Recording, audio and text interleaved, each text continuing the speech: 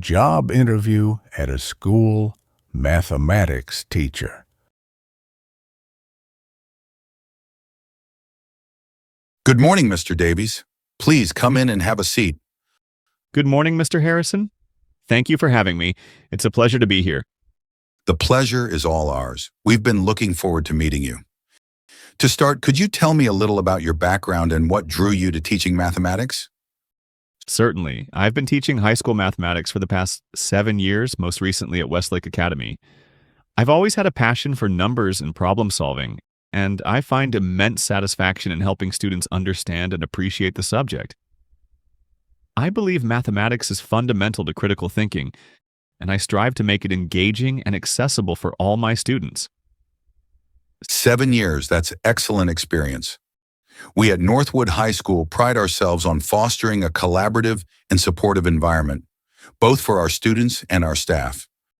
We have a diverse student body with a strong emphasis on preparing them not just for university, but for life beyond. Our math department in particular is quite dynamic, always exploring new teaching methodologies and integrating technology into the curriculum. What are your thoughts on integrating technology into the classroom? That's a fantastic question, Mr. Harrison. I'm a strong advocate for integrating technology. In my previous role, I frequently utilized interactive whiteboards, graphing calculators, and educational software like GeoGebra and Desmos to visualize complex concepts and allow students to explore mathematical principles hands-on. I've also experimented with online collaborative platforms for group projects and flipped classroom models, which have proven very effective in boosting student engagement and understanding, especially for those who need a bit more time to grasp certain topics. That's impressive, Mr. Davies. Our school has recently invested in new smart boards for all math classrooms, and we're always looking for teachers who can maximize their potential. Beyond technology, how do you approach differentiating instruction to meet the needs of students with varying skill levels in mathematics? We have a range of learners, from those who might struggle to those who are ready for advanced placement courses. Differentiated instruction is crucial. I typically begin with a diagnostic assessment to understand my students' current knowledge base. From there, I employ a multifaceted approach.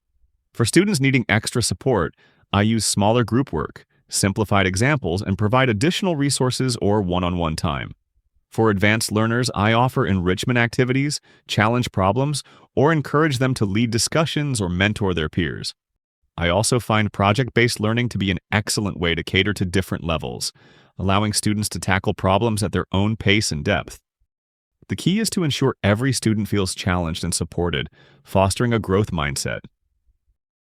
A growth mindset is something we value greatly here. It sounds like you have a well-rounded approach. Could you tell me about a time when you successfully motivated a student who was struggling with math or perhaps even disliked the subject? Absolutely. I recall a student named Sarah in my algebra class a few years ago. She was bright but had developed a strong aversion to math, feeling she wasn't good at it. She'd often shut down during problem solving and her grades were suffering. Instead of pushing more drills, I took a different approach. I learned she was passionate about photography, so I designed a project where she had to use mathematical concepts, like ratios for composition, geometry for perspective, and even some basic physics for lens optics, to analyze and improve her photos. It was remarkable to see her engagement grow. She started seeing math not as an abstract set of rules, but as a practical tool to enhance something she loved. She wasn't just solving equations, she was calculating camera angles and understanding light fall-off. Her confidence soared and soon she was actively participating in class, even helping other students. By the end of the year, her grades had significantly improved, and she told me she no longer dreaded math. That experience really solidified my belief in connecting subject matter to students' interests. That's a wonderful story, Mr. Davies. It truly exemplifies the kind of innovative and student-centered teaching we encourage here at Northwood. We believe in nurturing not just academic excellence, but also a genuine love for learning. On that note, our school also places a strong emphasis on extracurricular activities. Do you have any experience or interest in coaching or advising any clubs, perhaps a math club, or even something outside of mathematics? Yes, I do, Mr. Harrison. In fact, I strongly believe that extracurricular activities are an invaluable part of a student's holistic development and can often reinforce academic learning in a less formal setting. At Westlake Academy, I was the advisor for the Mathletes Club, where we prepared students for various math competitions. It was incredibly rewarding to see their teamwork and problem-solving skills flourish outside the regular classroom structure.